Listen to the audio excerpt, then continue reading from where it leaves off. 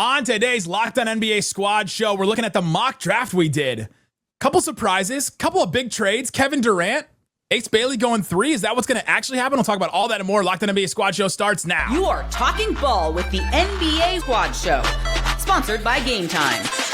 From the Warriors to the Lakers, the Knicks to the Heat, and everyone else in the league, the local experts of the Locked On Podcast Network bring you all the scoops, breakdowns, and the most comprehensive look across the league. Trash talk and big takes included.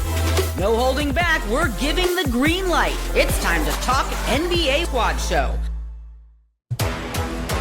And welcome. You are Locked On NBA Squad show, the mock draft special. My name is Nick Angstadt, host of the Locked On NBA show and Locked On Mavericks. This is the squad show where we take over the feed of your favorite show. It's an open invite for any host to join and talk about anything they want, as long as it's about the NBA mock draft, maybe some things that actually happen in the NBA, and so on. I'm joined by a glut of NBA hosts. Incredible group here. Cougar Hill, Locked On Pistons. Benjamin Garcia, Locked On Suns. Ben Strober, Locked On Wizards. Mark Farzetta, Locked On Sixers. Walker Mill, Locked On Hornets. Eric Slater, Locked On Nets, who is standing in for the GMs that actually made all the picks and all the trades that the Nets made. Philip Rossman-Reich, Locked On Magic. And Pat the Designer, Locked On Bulls. Gentlemen, we had the mock draft. If you guys haven't listened to the specials we did, myself and Raphael and Wes Goldberg went through all of it. We all made our picks. Each of the Locked On hosts made their picks for their team.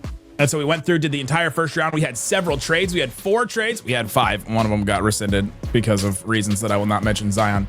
And then we'll go through some of the trades that happened. We'll go through everything that happened in our mock draft. But I want to start here. Where does the draft start? Where does the actual draft start? Because I represent the Dallas Mavericks. We picked Cooper Flagg. That was pretty easy. We made one call to the Spurs, and that didn't go very far. And then Spurs picked Dylan Harper. I don't think the Spurs made any calls to any other GMs. And then the Philadelphia 76ers picked Ace Bailey, which, Mark, seemed like a super easy pick at the time. But now, at least in the real world, it doesn't seem like that may be as clean of a fit or as quick of a pick for the Sixers in real life. Yeah, I'm sorry, Nick. Is that you? I can't see you through all the smoke screens that are out there from the 76ers. Look, this is very simple. And Daryl Morey has done one thing very well as the 76ers general manager, president of basketball operations. He's picked well. He's drafted well. You look at Jared McCain. I know it was a small sample size, 23 games, but rookie of the year. Tyrese Maxey out of nowhere starts becoming an all-star caliber player and a one-time all-star already in the NBA. This is something that Daryl Morey does very, very, very well. Do not overthink this. Ace Bailey is a very rare combination of the best player that will be available to draft with the best NBA career in front of him, the highest ceiling, and someone that could come in and fit in your starting 5 right now in Philadelphia. Love the length, love the ability to create his own shot, love the ability that he can be selfless with the basketball at times. This is a very simple thing, and as he grows more and more into his body and becomes a man, he'll go into this game and go into the 76ers starting 5 as a player that can actually create that shot next to Tyrese Maxey and help the Sixers win for years to come. I think the reason why we all see the draft starting with the Sixers is because the Sixers, in this topsy-turvy NBA draft lottery we got, the Sixers are probably the first team in the draft order that thinks they're going to be winning next season. And they should. Hey, whoa. How about winning right now? Defense wins championships, Philip Rossman-Reich. That's true. Good knees win championships. And the Spurs are but like not the knees that are the problem. What I mean by this, they're the first team that actually has a choice, because the Mavericks are taking Cooper Flagg. He's the best player. Dylan Harper is the next best player. There's no choices there. With Philadelphia, they got to ask themselves, which player helps us win immediately? And look, Dylan Harper, I think, is the long-term play. Is that the question they have to? Is that the question they have to answer? Who helps us right now? I think so. Until you are completely given up on Joel Embiid, when he's healthy, is an MVP caliber player. Like, we can't forget that. Now, if he's healthy, is carrying a lot of weight. That's like part of his last name now. It's if he's healthy, it probably has bad knees from carrying the weight of that sentence.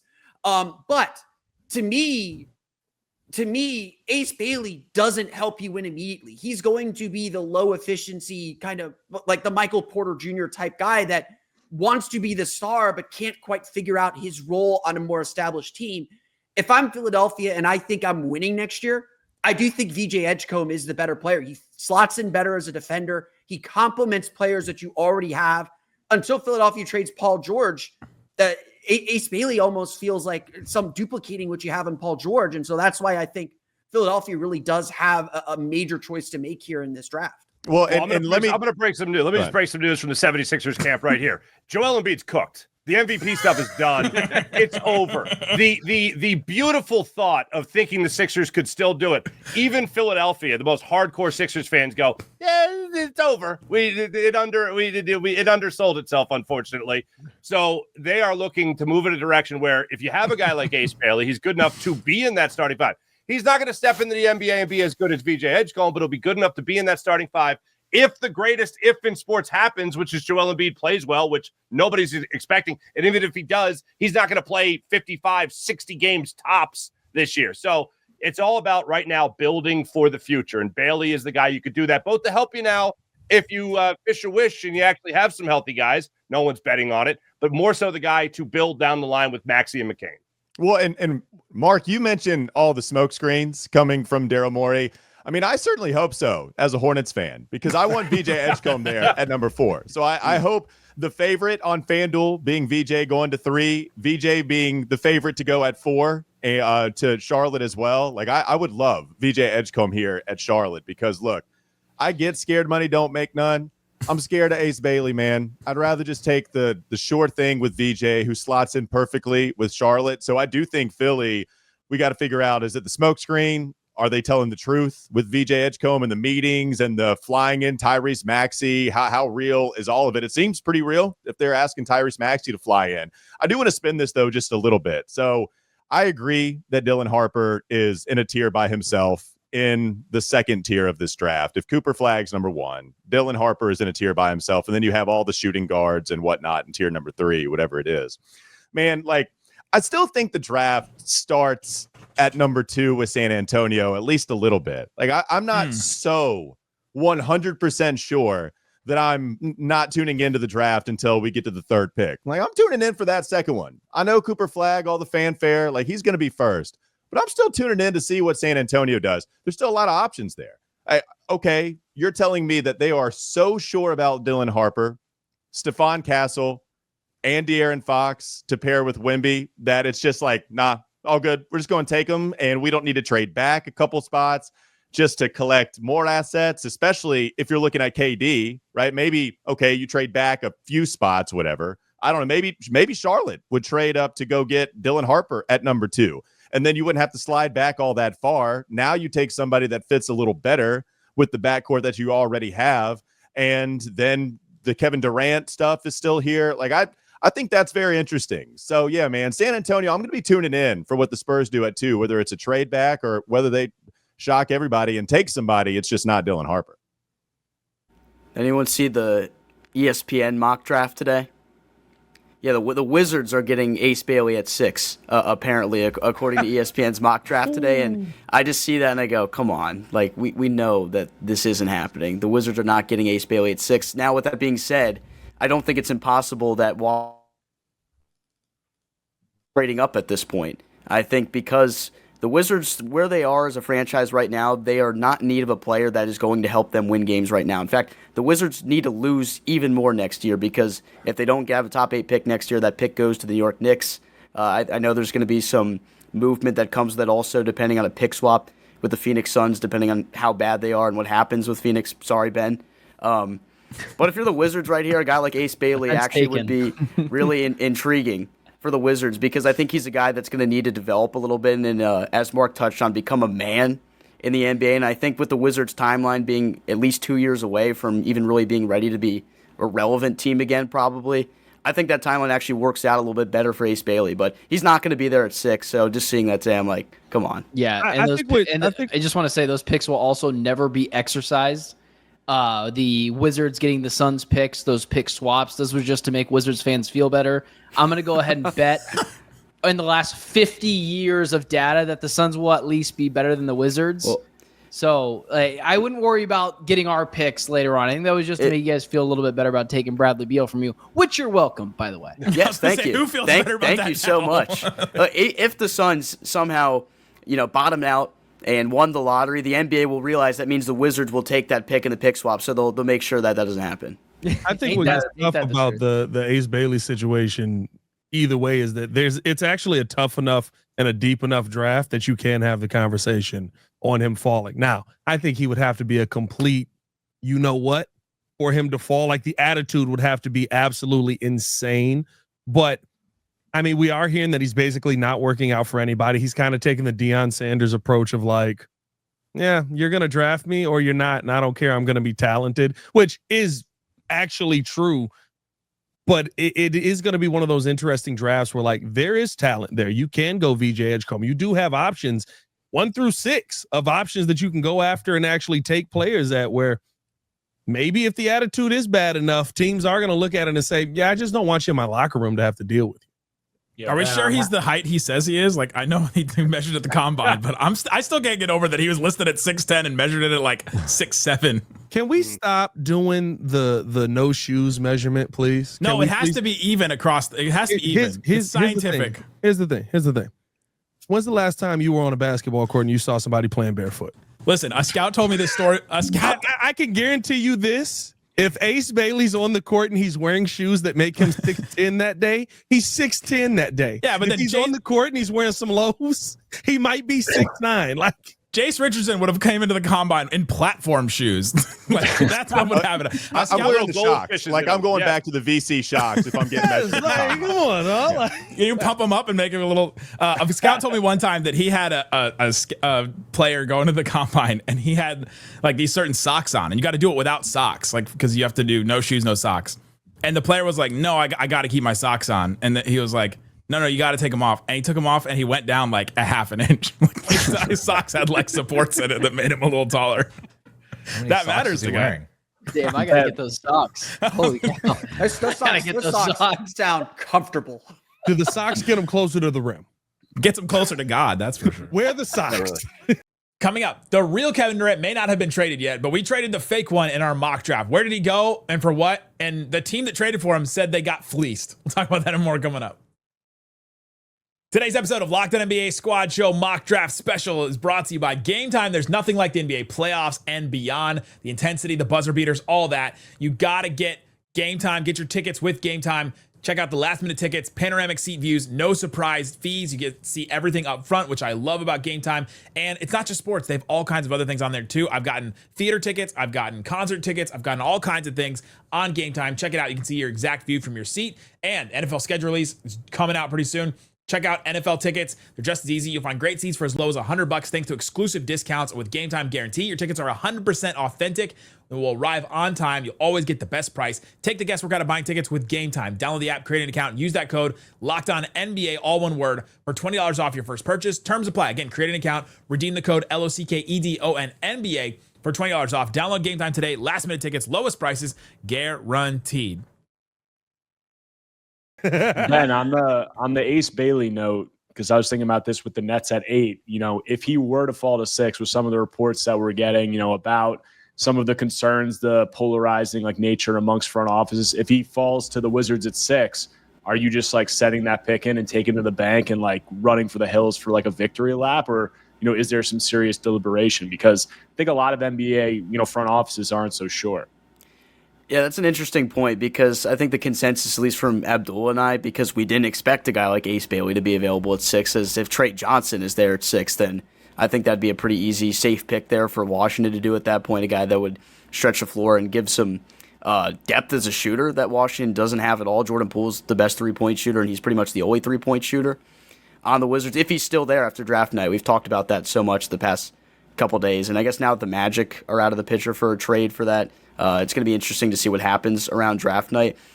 We've seen the reports, though, that people are saying Brooklyn is interested in Fears, and that would leave some opportunity for the Wizards to try to trade back if Brooklyn wanted Jeremiah Fears that bad. My co-host, Abdullah, he hates Jeremiah Fears. Like, he is a Fears person there is. Like, he has gone on multiple rants in a couple different episodes about how badly he doesn't want Jeremiah Fears. So if Will Dawkins has the same mindset as him, then maybe we're going to see a trade back at that point. But it's an interesting point you bring up. I will say this real quick about the 76ers at 3, and if any of this is true about Ace Bailey falling and 6, 7, 8, whatever it might be, the Sixers will be interested in trading back if they are, no pun intended, locked on to Ace Bailey. Let's go, Mark. And they feel like he could be, yeah, like that branding.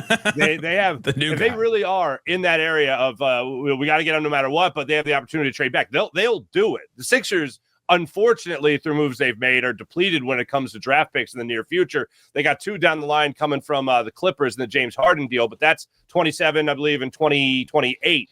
So they can maybe get another first rounder in this draft, and they can maybe, that's where the Nets might come in, or they can possibly move to next year and get a draft pick then. They'll be all ears to the possibility of moving down in the draft if they still think they can get Ace Bailey. Every single draft trade conversation for this summer includes the Nets cap space in it in some way. The Nets cap space is like the most valuable asset in the NBA right now, it feels like. Yeah, just came off the episode talking about the Nets cap space and the KD trades, and we got infinite content possibilities with the Nets cap space. So it's been nice from that perspective. Can I interest you in a Bradley Beal? No, Yeah, I don't. Stuff? I What don't know stuff if you guys there's got left? anything like anything. We got a couple of Bradley Beal, short we of got a like couple of second round picks. a couple of second round picks. Maybe if you get Yeah. the number 2 pick from the Spurs somehow, maybe that would be Okay, a all right. conversation. Well, Every team needs to be part of this Phoenix, Washington, now Memphis, now second Memphis and Charlotte pick swap that's been the Oh, bane of my what a existence disaster. until the Magic traded it on Sunday. Speaking of Kevin Durant, we mentioned before, Kevin Durant got traded in our mock draft. This is before a lot of the rumors. We knew Kevin Durant was going to get traded, but got traded to the Miami Heat. And apparently Kevin Durant had Miami Heat listed on his list of teams that where he would want to go. Wes, the trade was Durant to Miami, and that's all you get. You deal with it. The Suns get Andrew Wiggins, Duncan Robinson, and his podcast, Khalil Ware, the 2030 Miami first round pick, and then a swap in 2029. Why Miami? Why Kevin Durant? Why now? You're asking why because I host the Locked On Heat show. That's why I traded for Kevin Durant. But It's good stuff. We can't do Good it. analysis, Reason good for analysis. trade content. That can't be the reason for that. Sounds good enough Do you to think me. Pat Riley would do that? Like, you know what, guys? Analysis. We were just sick of these Well, guys a talking little about bit. our team. yes, no, I think a little bit. There's some part of this where they have a star-shaped hole since the Jimmy Butler trade on the roster, and they need somebody there, and they do need a head of the snake. I think Kevin Durant makes a lot more sense than I think people are giving them credit for. The Heat just need a number 1 scoring option. Durant is still that. Whatever you think of Durant at this stage of his career, still one of the best 10 scorers in the NBA, no question about it. And if you put him on the roster, then Tyler Hero doesn't have to be the number 1 scorer. What does he look like in more of a tertiary role? Bam Adebayo doesn't have to be a number 1 scorer. What does he look more like in more of a supporting role? I'm not sitting here telling you that Kevin Durant makes the Heat a contender, which is sort of the pushback I get all the time when I'm like, the Heat should trade for Kevin Durant. The Heat don't look at it that way. They don't look at, does this trade make us the favorites in the Eastern Conference? They look at every trade in terms of, does this give us a better chance in the Eastern Conference? Because we know what we can do. If we just have a chance, we feel pretty good about it.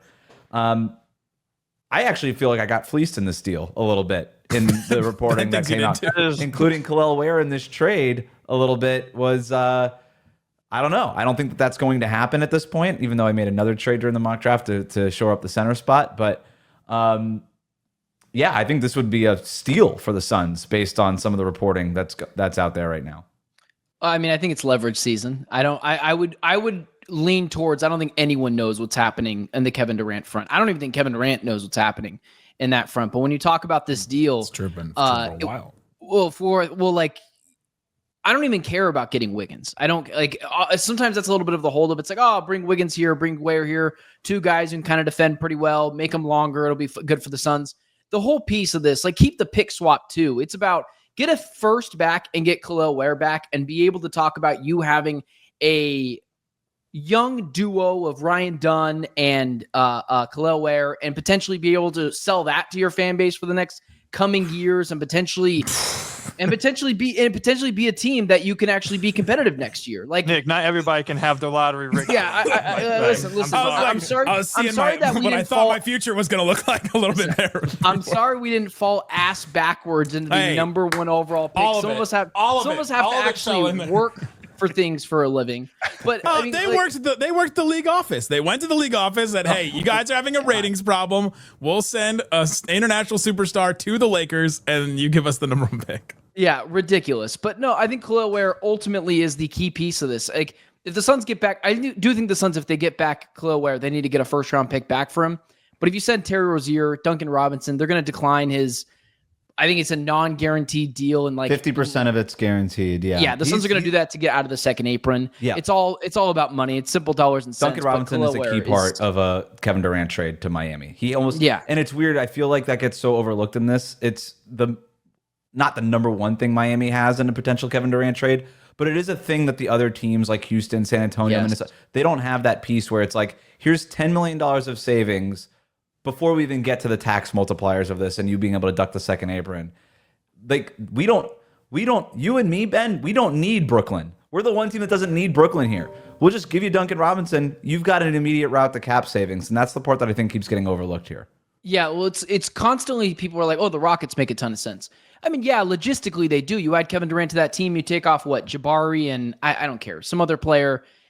Sure, they're immediately a better team, but the issue is they have like guys that make a decent amount of money, and then they have guys that make no money. And so if you're the Rockets, if you're a team that's going to give up Dylan Brooks and Tyree Eason and Jabari Smith just to make a trade work, you're giving up far too much to get Kevin Durant there because the cap savings just aren't there. So the Miami Heat make a lot of sense. The Spurs did as well if they'd quit being cheap asses and give the Suns legitimately anything back. Instead of, I mean, when Jeremy Sohan becomes unavailable, the Spurs are the only team in the NBA who are the 12 seed that have 15 players that are untouchable. Like, that's it is like actually Taylor Horton Tucker was untouchable, and it's actually ridiculous. So I agree with Wes here. If anybody wants him, he's very touchable. Touchable now. He's touchable now. Wes, what's the when you talk about Duncan Robinson and the route to cap savings for the Suns? What were you referring to there? Duncan Robinson's contract is worth $20 million, but 50% of it is guaranteed between now and the end of the month. So if Miami and Phoenix pull off a Durant trade by the end of the month, Phoenix could just waive Duncan Robinson. They'd eat $10 million, but they would be saving $10 million, and that's enough to get them under the second apron. We're already eating like $40 million in terms of coaches, so why not just add it to the tax bill at this point? But Duncan Robinson, you could probably, it's so much money that you could probably just write Duncan Robinson in and still make that part of the finances. We're thinking about doing that with, I think we're thinking about doing that with Bradley Beal too. Hey, listen, man, I'm going to keep advertising him on the show the entire time. If anyone wants him, I will personally drive him over to your house. Bradley Beal? Yeah. That's former. He's the one that jumped on the table for the Wizards. That's former All-NBA Bradley Beal, former 30-point per game Bradley Beal. That's former second round in the Eastern Conference. Wizards fans are still obsessed with him, by the way. I actually I got attacked. I got attacked for saying that Jordan Poole's situation is nowhere near the same as Bradley Beal's, and everyone's like, "Why are you trying to tarnish Beal's legacy here?" I was like, "One, did I ever say Jordan Poole has a better legacy as a Washington Wizard? Two, do you not forget how much Bradley Beal whined when he signed that contract, how he wasn't having fun and how he was tired of losing? I was like, dude, they can't get anyone else because you signed the contract. Like, anybody else just appreciate their own fan base a little bit more after that? Hey, can I also just say this as well? It will be it will kind of suck to lose Kevin Durant because it felt like at the end of the day that it just kind of blew up in our faces and it didn't work out. The swing was worth it, but whatever fan base gets it. The Spurs, the Rockets, the Heat, have fun with the Kevin Durant stands. Just have fun. It is fair warning now. If you don't call him anything but God's gift to this earth, you are going to be ostracized. And you know what? Kevin Durant might come at you as well. That comes from Clown Garcia himself. Yeah, that would be. Listen, he's like, I don't know if any of you guys are. You say his name, he appears. That's Kevin Durant at this point. So Joe Hendry. Little W. Yes, Joe Hendry. I was trying to think about his name. Yeah, no, listen, it's not Jeff Hardy, so I just forgot about it. But Joe Hendry, that would be the guy. I'm still confused on Bradley Beal legacy. Is that a thing in Washington? We said like that, like there was more than one playoff appearance that they lost. They had a nice duo with John Wall. They made the playoffs 3 times or 4 times technically. I guess he made the playoffs with Russell Westbrook in 2021, which seems like the weirdest year of all time because Russell Westbrook was actually insane the final stretch of that season, and I feel like everyone kind of forgets about that. But no, Beal's legacy for me is a guy that was not clutch, set the franchise back for 5 years. So why are you that's his tarnishing legacy. his legacy? I don't Just know. double down. Just double down on the I'm tarnishment. just trying to figure out Bradley Beal legacy. Walker, does that count as a legacy? Oh, the Beal. Well, look, as somebody that was advocating to trading for Beal in 2018 to pair with Kemba Walker, like, that's how I remember my Bradley Beal. That's my Bradley Beal experience. But Greater legacy, Kemba Walker or Bradley Beal? I'll fight for Kemba. Kemba, Mitch Kupchak dropped Kemba. Like, he didn't sign Bradley. Kemba didn't want to stay here in Charlotte. Mitch Kupchak didn't want Kemba to stay in Charlotte. So cleaner breakup, I guess, depending on how you look at it. But no, man, I'm not interested in this Bradley Beal and all of the legacy that he left behind in Washington. I'll just stick with LaMelo Ball. $40 million a year contract. I'd rather have a Gerald Wallace legacy on my team. You damn right you would. You realize the guy that kept the lights on in Charlotte? Damn right you would. The Wizards have nobody with legacy other than 1978 team. Oh, Wes Unseld, come on. Wes Unseld, and then his son becomes the coach, and then he gets run out of town. Wes Unseld and Bob Dandridge in this household, guys. Coming up, we find a way to still talk more about Bradley Beal, and each of the teams goes through what picks they made, which ones they liked, which ones they didn't on this mock draft special. Coming up. Today's episode of the Locked On Mock Draft Squad Show NBA Special is brought to you by Olipop. Absolutely delicious. I got one right here, vintage cola. It's delicious, made for people that like the classic taste of soda. Like, to me, I'm not much of a soda snob, but that tastes like a Coke to me. And want something that helps support their health with just 2 to 5 grams of sugar, 9 grams of prebiotic fiber in every can. Olipop is reimagining soda in a way that's better for your gut. This one, the vintage cola one, just 35 calories, 2 grams of sugar. Includes 2 grams of added sugar. That's insane on this one. Check it out, and you can get it a bunch of different places. There's a ton of different flavors, too. I love the crisp apple. The root beer. I'm also a big fan of the root beer as well. Check it out and try it. And if you try it right now, you can get a free can of Olipop. Just buy 2 cans, any 2 cans at a store. They'll reimburse you for one. All you have to do is upload your receipt and they'll Venmo it to you. They'll send it back to you. DrinkOlipop.com/LockedOnNBA to claim your free can. It's Drink Olipop, OLIPOP is Olipop. DrinkOlipop.com/LockedOnNBA and enjoy. There is hardly any legacy in this city. That's why John Wall is the most popular basketball player to ever touch the court in Washington at this point. Just while we're on the subject of everyone else having a better time than I am in Phoenix, are we seen as a clown show? My friend, to everyone else, I am a Bulls fan. It's not that bad. You had Michael Jordan. You won 6 straight championships. I don't want to hear your yapping. We haven't won anything. 75 years. Hold on. I need everybody to stop. I need everybody to stop. Walker is also in the room. Here comes the oppression. I need everybody to stop. Everyone. I'm sorry that the Suns made it to the finals 4 years ago. I'm sorry that the Bulls have 6 championships. I'm sorry. I really am. Those 0 conference finals appearances, it's nice to fall back on that, but I need everybody to bring a tinge of self-awareness here when the Hornets are in the room. Walker. Just a tinge. Yeah. Walker. Your I think you win if your franchise team leaves. Yeah. No, the good team left. The good team left. Yeah. That's I was right. going to say, they kind of did. Yeah. Yeah. Your franchise has the best starter jacket in NBA history. Purple That and is teal, a legacy baby. that cannot be replaced. We have Hugo the Hornet. We have purple and teal. And they left us, so then we got this weird other logo. It's fine. Wait, Grandmama. Don't forget Grandmama. That's Pelicans' legacy now, Muggsy technically. Bogues was in Space Jam. Several people in here were not born when that happened. You have Eric 2 Collins. people in Space Jam. You have the best play-by-play commentator in the NBA. You have Eric Collins. Fair. There we go. Shower. Yes, please tell me about all the good things. Now it's better. You're right. I feel bad for Bulls fans now because we have Eric Collins. You got the best ball brother. Adam Amin. I do. You have the best ball, bro. And we had Amin calls LiAngelo. every sport well. We had LiAngelo too. So he has a rap song. I want to talk about the Nets because It's a rap song. I want to talk about in that corner. And Master P. Did everybody forget? All right, I'm done. I'm sorry, Nick. Take me, please. I'm sorry. Master P is getting I'm sorry. I'm sorry. positives for sure. Yeah. Ice Cream Man. Ever heard of it? I still can't get over Koo calling it the oppression Pretty Olympics. good. This happens every year around this time. We start getting engaged, and who has it worse? It's all.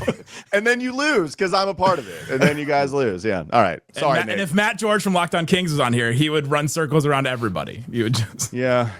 I firmly disagree. I don't know. Missing a conference finals or never making a conference finals. Look, man, I can go turn the light off and get the hoodie out the closet and bring Darth Koo back.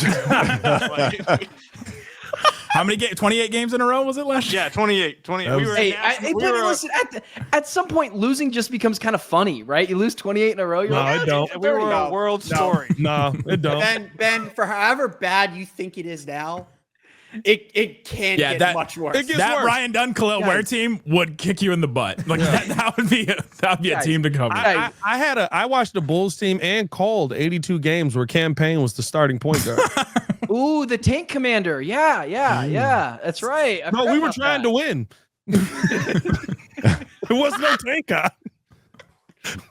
We were doing our best to win games. Larry Markkinen, Chris Dunn. Okay, we're going to talk about the Nets because this is a hilarious situation to me as the one that was running this mock draft.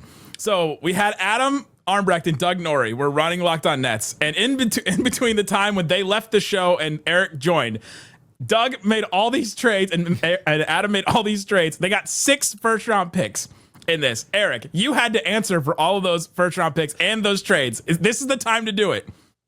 Did you like any of them? Or did you hate any of them? I asked Doug and Adam what was going on. What was the rationale behind that? And I think they blamed whoever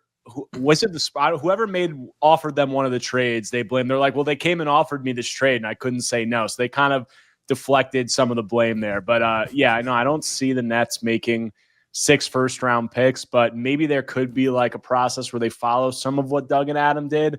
But then they do consolidate some of the, 19, 26, 27 and try to move around with that. So answering for that was fun. I did like the picks that they made, so that made it a little bit easier. But yeah, 6 first-round picks. And then also they have 36. So maybe we could bring it up to 7 players. We could just roster an entire team of full rookies. But yeah, no, I don't envision that. But I did like some of the thought process. And it seems like some Nets fans, there was some positive feedback to the picks that Doug and Adam made. So they were fired up about it. By the way, I do want to chime in on this. We had a full deal in place that just never happened.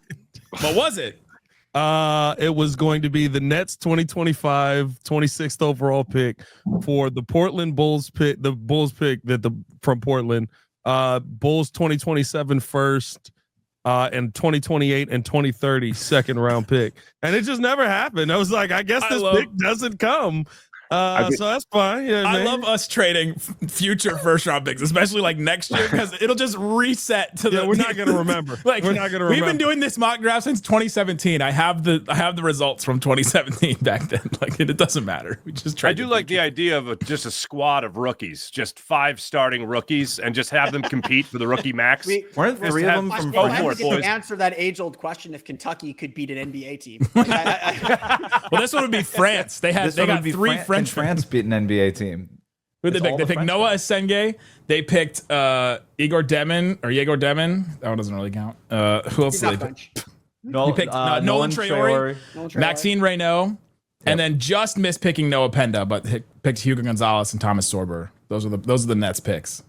Yeah, good picks. I mean, a lot of intriguing guys there. I just think it might be difficult trying to bring along, 6 first-round picks in terms of the development, and then who knows what they do with the second-round pick. But I think Adam was just trying to go out with a bang. I think he was like, I'm going to get my money's worth with this mock draft, and this is my last one. I'm going to make as many picks as possible. So I'm going to try to fit 4 or 5 years worth of mock drafts into this one. So I think that was the thought process there. I think the trade that got dropped into his lap was the Heat one, Wes. I think it was the Nets get number 20. I think it was, yeah. Terry Rozier, Jaime Jaquez, and part of the 2027 second-round pick swap, whatever that ends up being. And then Miami gets 26, Nick Claxton and Keon Johnson. Why'd you want to do that one? Because I traded Khalil Ware to Phoenix, so I needed a new starting center. So I went out and got Nick Claxton and got off the Terry Rozier contract, which was pretty nice. So Miami's starting 5 after this mock draft. Davion Mitchell, re-signing him. Tyler Hero, Kevin Durant, Bam Adebayo, Nick Claxton. I don't hate it. Damn, it's actually a pretty good team. On that note, you know what I love about all of these trades like that are the mock trades or the fake trades that will never happen in the NBA. We're watching 4 first-round picks get swapped around in real-life trades in the league. 5 first-round picks, right, get swapped around for real-life trades in the NBA. Rudy Gobert went for like 1 million picks. Kevin Durant still paying off that deal. Like there are real Bane. NBA GMs operating like us 10 in this chat right now. I always tell people this, like if the obvious trades that we all thought would happen, they'd all happen. The obvious never happens. Like I was like, I'm going to talk about Anthony Simons, and in this mock draft, I traded for Anthony Simons because it was the obvious thing to do. And I was just like, look, there's going to be something that we don't know is even possible that's going to happen, and that obviously happened Sunday afternoon or Sunday morning with Orlando and Memphis. So can I ask Eric, like, what did you think about that deal? Taking that 1 year for Rozier, get off the Claxton contract, move up 6 spots in the draft. Honestly, there's been so many deals. Like, you guys ever see that GIF of like Alan from The Hangover with like all the equations like flying up? Like, I'm trying to follow it all. There, Adam was wheeling and dealing. Say it one more time. What was the deal? So it was Rozier on he's got 1 year left, so he's expiring for Claxton, who I guess has 2 or 3 years left. And then you moved up 6 spots from 26 to 20 in the draft. I think that's way too little for the Nets to be giving up Claxton. And I mean, you're taking on a salary dump and you're giving up one of your best players and you're only moving up 6 spots in the draft. Like I've seen, I mean, I know with NBA trades, I think every fan base, like you'll make trades where multiple fan bases say they're getting screwed on both sides. That's just like how it works. But I think the Nets don't have to trade Claxton right now. Like he has 2 years left on his deal or 3 years left on his deal. The final 2 years are descending and it's going to be, he's going to be making below 11% of the salary cap in the final year of his deal. So I think that he could have some value. And he's coming off a down season. So they don't have to trade him. Like, I don't know if that deal, I'm not sure about that one, especially given the quantity of picks the Nets already have. But I do think there are a lot of frameworks involving the Heat, the Suns, where Claxton could be involved. And I don't think that's something that the Nets would shy away from. I just think the price would need to be right. And moving up 6 spots in the draft while taking on a salary dump and giving up Claxton, I don't really think the juice is worth the squeeze there for them. I will say we negotiated it until right at the 20th pick because I think he was hoping that that Maxime Reynaud guy would fall to 20. And then Raphael loves that guy. Yeah, big fan of him. Yeah, he should go number 1. Yeah, I mean, stretch big. I know, they were high on him. I think we've wanted to explore floor spacing 5 for a little bit. So Adam, did what he could to get one there. Anybody hate any of the picks we made in the mock draft? Like anybody look at one and be like, I just don't get that? I mean, I'm not a Jaeger Demon guy, but that might just be a Magic specific thing. Just because he can't shoot. Am I allowed to hate my own pick? Yep. The board didn't fall the way I thought it was going to fall. So Drake Powell, the North Carolina guys, I mean, you're just basically trying to get bigger and find someone that can play both sides of the floor because last year you couldn't find anyone. So at 29, where I'm thinking you might be able to get someone that you actually like, it's a lottery pick, like in terms of the worst kind of, you're just getting a big guy on both ends of the floor that hopefully can translate because the Suns team needs they need like 5 3-and-D players, but they need to start with 1 and kind of thought even Reynaud might fall to them or, maybe a guy like Jace Richardson could fall because he's small. Again, not a 3-and-D guy, but at least somewhere where there's a little bit more of a ceiling. Yeah, well, just so we're clear, if the Suns trade for the 10th, 14th pick, just not pencil in Sharpie and Jace Richardson, which I'd be cool with. But there's not a lot of high ceiling guys. You really are taking a lottery ticket, and at that point, it kind of sucked because even the kid from you mentioned him a second ago. I think he's a France kid. He can't shoot worth a lick, but I think his name's Ben Penga. Him. No Penda. Even him. I was like, that was a guy who I thought could play both sides of the floor pretty well. Needs to develop a shot, but kind of similar to Ryan Dunn, where you kind of see a little bit of that explosiveness that you think could translate to the next level in a big player. And you're like, oh my God, this guy's getting picked. And now I know for sure these freaking nerds in here aren't watching film from France. So it was just nuts, man. I had to go with the guy who me and Brendan are arguing like, are we sure this guy even went to UNC? I don't remember seeing him. But yeah, so I definitely didn't love our pick. Hoping the draft board falls differently to the Suns because they need help everywhere, man. I was kind of surprised Liam McNeely didn't go in the first round. Like, I know that. Yeah, he got an invite to the green room. Yeah, like I know that like Rafael Barlow of Locked On NBA Big Board, not the biggest fan of his. I'm not a huge fan of his, and I'm jamming for a team that needs shooting. But McNeely at least has the reputation of being a shooter. Had that one big game against Creighton, has the injury excuse. It seemed kind of shocking that all 30 picks passed on him in this mock draft. Agreed with you. That's who we were debating on between Drake Powell and Liam McNeely, but I lost that argument to Brendan where he just wanted a guy that was a little bit better defensively. But I like Liam McNeely better because he's better off the dribble, a little bit better of a playmaker. And again, the Suns need someone with a higher ceiling in terms of just trying to hit doubles. So I would agree with you. Liam McNeely falling out of the first round was really surprising.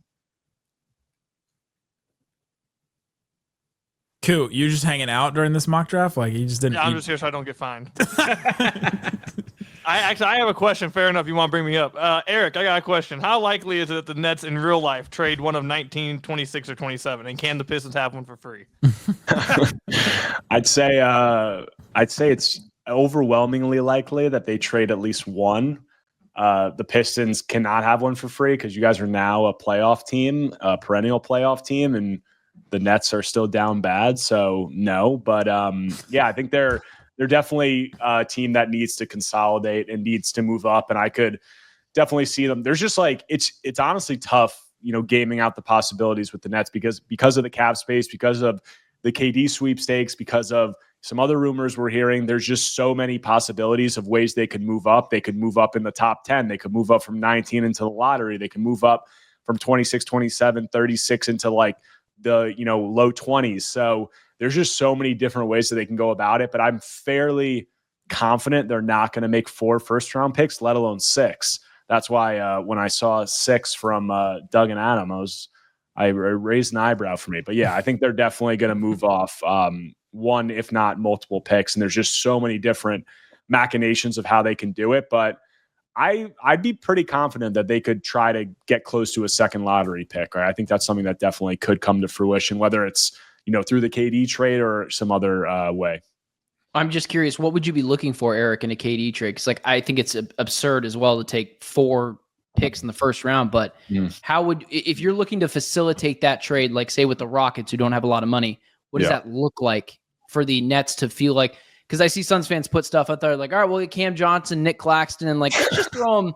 Let's throw them a bone. Let's throw the Nets a first round pick just because they're good guys. But what is the tangible assets the Nets would need? I mean, it all depends on the team that is getting KD and what do they have to offer. Because if you look at what the Suns have to offer, they don't really have jack to offer. So that needs to come from them getting something from the other team and then that being rerouted to the Nets, for taking on a salary dump, whether that player is from the team trading KD or whether it's from the Suns. I've literally spent the last couple of days just trying to come up with some, potential hypothetical trades, 3-way deals with this. And if you're looking at it from the Suns' perspective, like the salary dump guys, it's probably Grayson Allen is the guy you're probably looking at, maybe Royce O'Neal. Like those are the guys. So there's a lot of versions of the deals.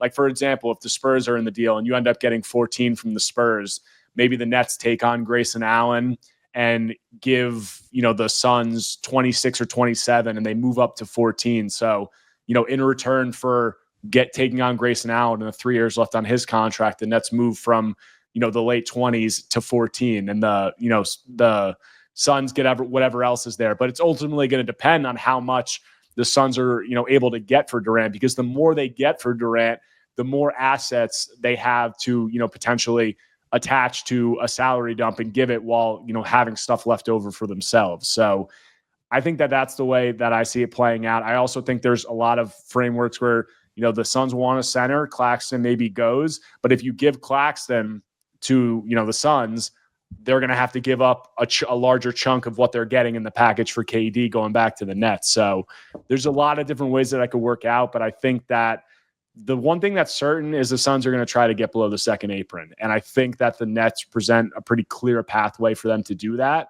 but it's going to come at a price. So what that is going to be the question. All right, let's go ahead and send this guy Andrew Wiggins, and we'll call it a day. The trade that the Nets made in this mock draft to get the two extra first basically was Cam Johnson to the Thunder.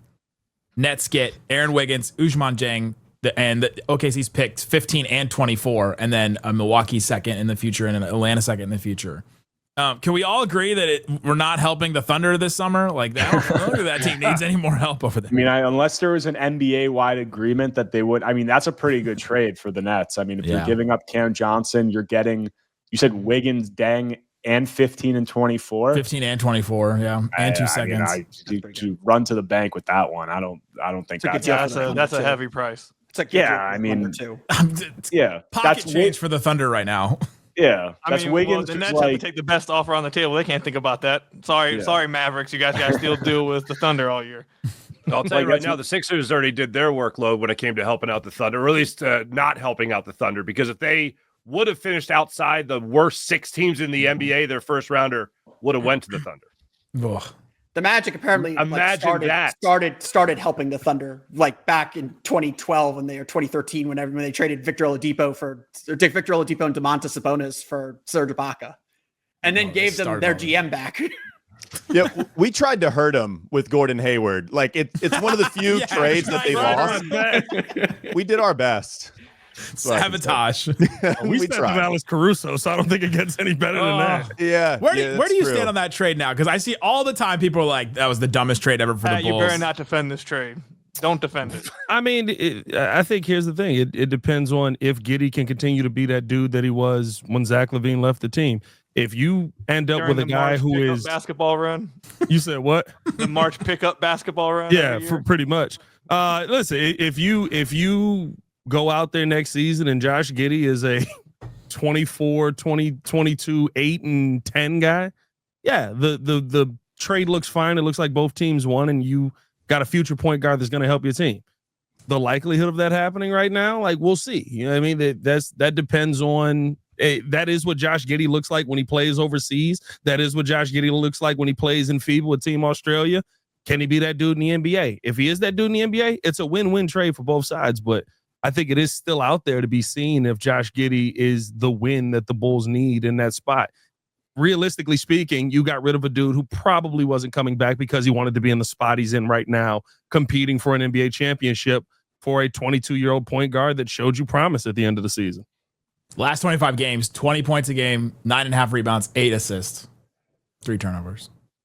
Not bad. Pretty good. And improved as a defender by like an amount I didn't think he actually could even was capable of. What month did those games come in, Nick? All post trade deadline. So all post trade deadline. You have to remember though, success for Chicago is very different than success for every other team in the league. Yeah, listen. Trust me, Pistons fans we are well versed in the March pickup run fallacy. We've seen Sekou Doumbouya go on it. We've seen 20+ names convince you when they're playing pickup after the trade deadline that they might be something. So just who else got tricked by a March breakout? I mean, it happens to so many Chicago Bulls. We missed out on Luka because Bobby Portis went on an incredible run. We were tanking all the way.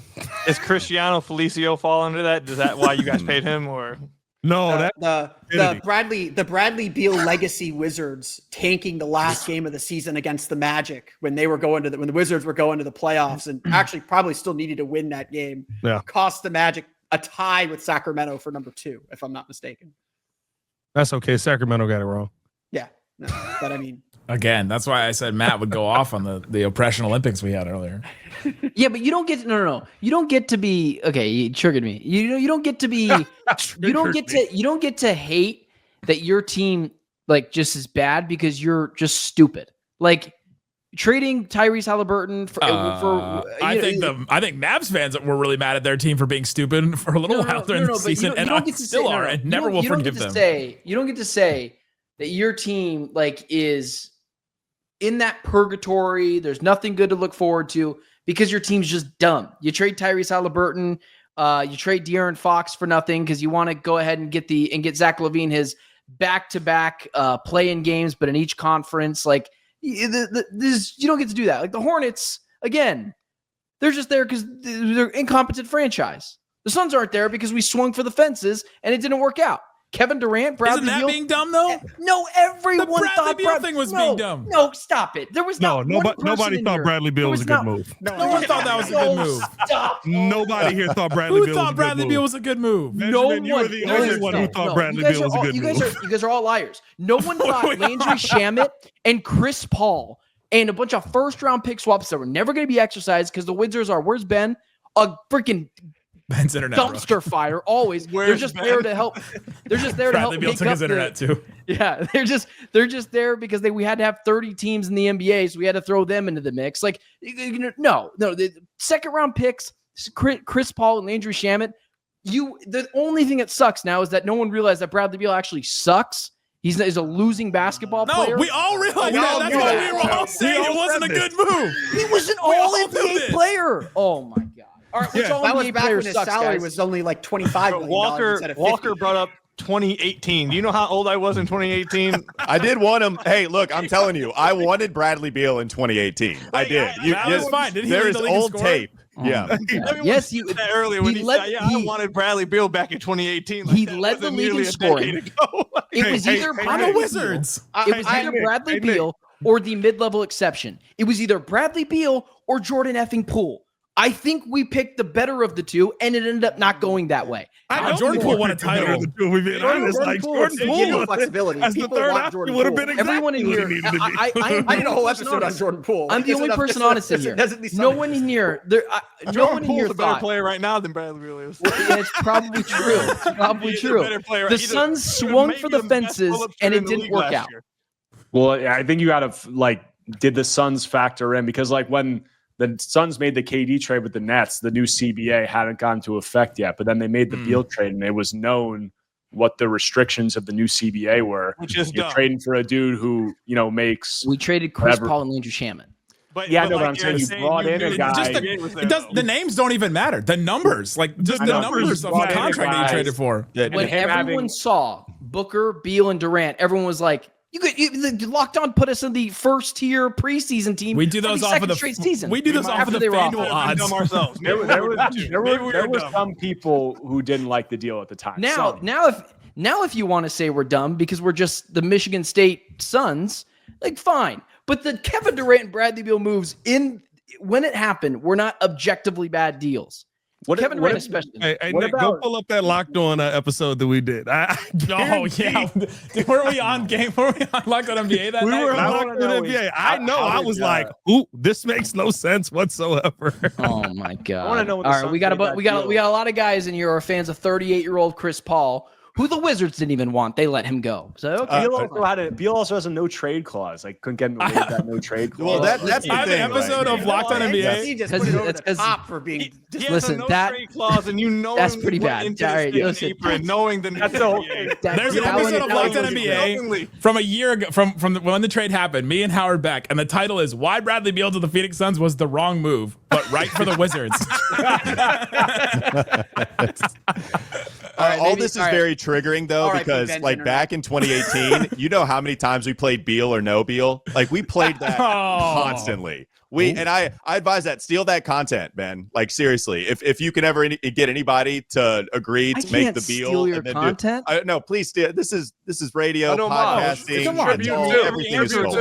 Everything is stolen. You can't get a first round pick for free, but you can get some content for free. That's right. We're on the same Beal or team no here. Beal. It's a hit. So everybody loves Beal or no Beal. I can just always say no Beal, right? And just take what's behind door number 2. That's what I would do. I would say no Beal. Chris Paul and Larry Shamet behind door number 2. This guy couldn't even pronounce Landry Shamet's name correctly. He knows he's so bad. Who cares? All right. Well, maybe I'm just the idiot. All right. Maybe I'm the only idiot in here. All right. Maybe that's what it is. Maybe I'm so crazy. I have to think outside the box and, maybe listen, whatever. Groupthink wins is fine. I love that this started as when I'm in second apron hell next year. Well, we're not going to be in second apron hell next year because I will be. Kevin Durant. I was going to say, no, Philip, how are you getting out? How are the Magic getting out of that? The cap rises by 10%. Salaries only rise by 8%. Anybody? I don't know. I don't think you realize the DeVosses are loaded. Just give. Oh just no, give the I Pistons realize that. Jonathan I used to Isaac live for in free. Michigan. I know them. I know them well. The anybody hate the Desmond Bane move for Orlando? I actually like it because I think that Paolo Banchero is a much better player than people are willing to admit yet for some weird reason. Because when you watch him play basketball, he only facilitates extremely well, plays at the rim extremely well, shoots the basketball extremely well, defends extremely well. Well, okay, I'll take that part back. Defends well, Defends adequately. and just needs a number 2 to stand next to him. But for some reason, because he only did that in 48 games last year, he needs wasn't shooters. good. I think he's one of the best players in the NBA, and for some reason, nobody pays attention to it. You know, we talked a lot about it. On the head, 48 games. Well, we talked a lot about it on Locked On Hornets. He played 80 and 82 his first 2 years. Like it's like who knows in the bleak, but yeah, we talked a lot about the Bane deal. Like, you know, the Hornets not necessarily in a go for a win now move, right? But you talk about the teams that trade even a lot, even 4 first rounders for the dude that's just really good at basketball and defends at a high level. Those teams that trade for that guy, they've been coming out on the right side of history for the most part. Like it's nuanced, but it is interesting to see the overpays, quote unquote, in the trade market. They've been for guys that aren't going to leave the floor, that are really good defensively, and they can shoot. And so, for instance, you go to Mikal Bridges. All right, checks a lot of those boxes off. Still, don't know if I'd call him worth 5 first rounders, but it helps them get to the Eastern Conference Finals, even with some up and down play. Pacers get rid of 3 first rounders for Pascal, which is probably the closest to equal value. But here they are in the NBA Finals. Desmond Bane, they're going after him. Even Minnesota getting the multi-time Defensive Player of the Year. What was it? 17 years he won.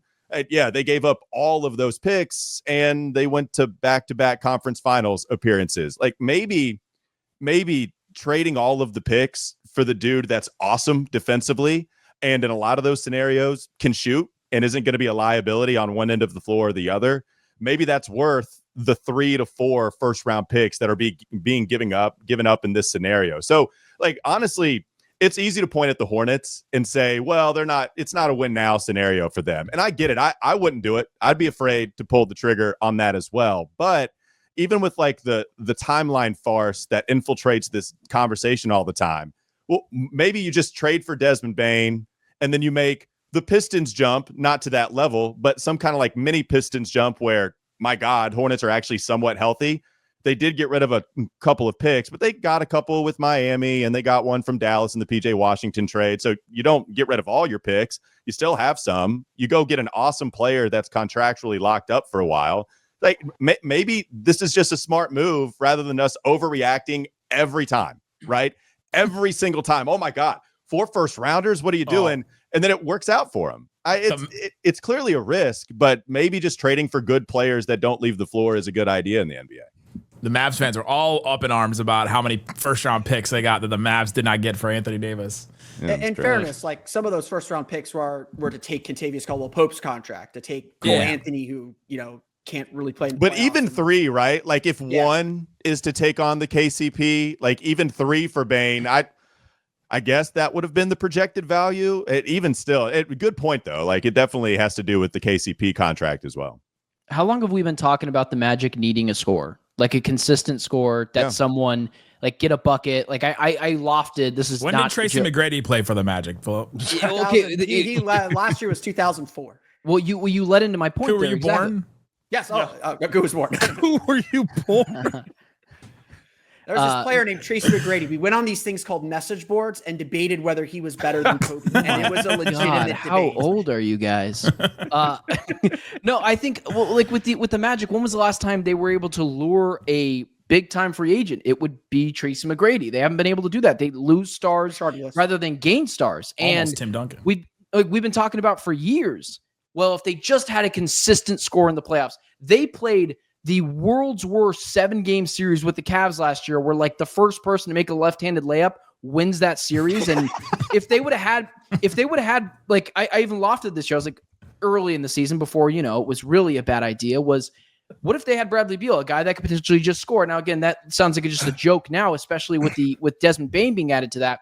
But Franz Wagner and Paolo Banchero, if they can both be consistent a little bit more offensively and then defensively just hold their own. Franz Wagner probably more than Paolo Banchero, but neither one I would say is an elite defender. You add Desmond Bane to that, I think that is immediately one of the contenders, and especially in the Eastern Conference, why I think the Heat are so stupid for not just trading for Kevin Durant, because they are in a time right now where who's the best team in the East? Like, do we all still like really think next year the Pacers are just going to run through the East again? No, it's wide open. So I love what the Magic did. Go for it, roll the dice on the table and see what you can do. And like 4 first-round picks, great. The Grizzlies for the next, 8 years, however those picks lay out, you get to pick late in the 20s. So I love the move from the Magic. I think it was great. Sure, a little heavy, but yeah, good move, man. I would be celebrating if I was in Orlando, and I will still send you Bradley Beal if you would like. I think I'm good. I think we're all good on the Bradley Beal. All right, that's been a Locked On mock draft special. We got into a lot of other stuff besides the mock draft, but we got into it. And go check out all these great shows. Links in the description wherever you're listening, watching this, to find the show that covers your favorite team every single day, your team every day. That's what we got, guys. Thanks for listening to Locked On NBA Squad Show Mock Draft.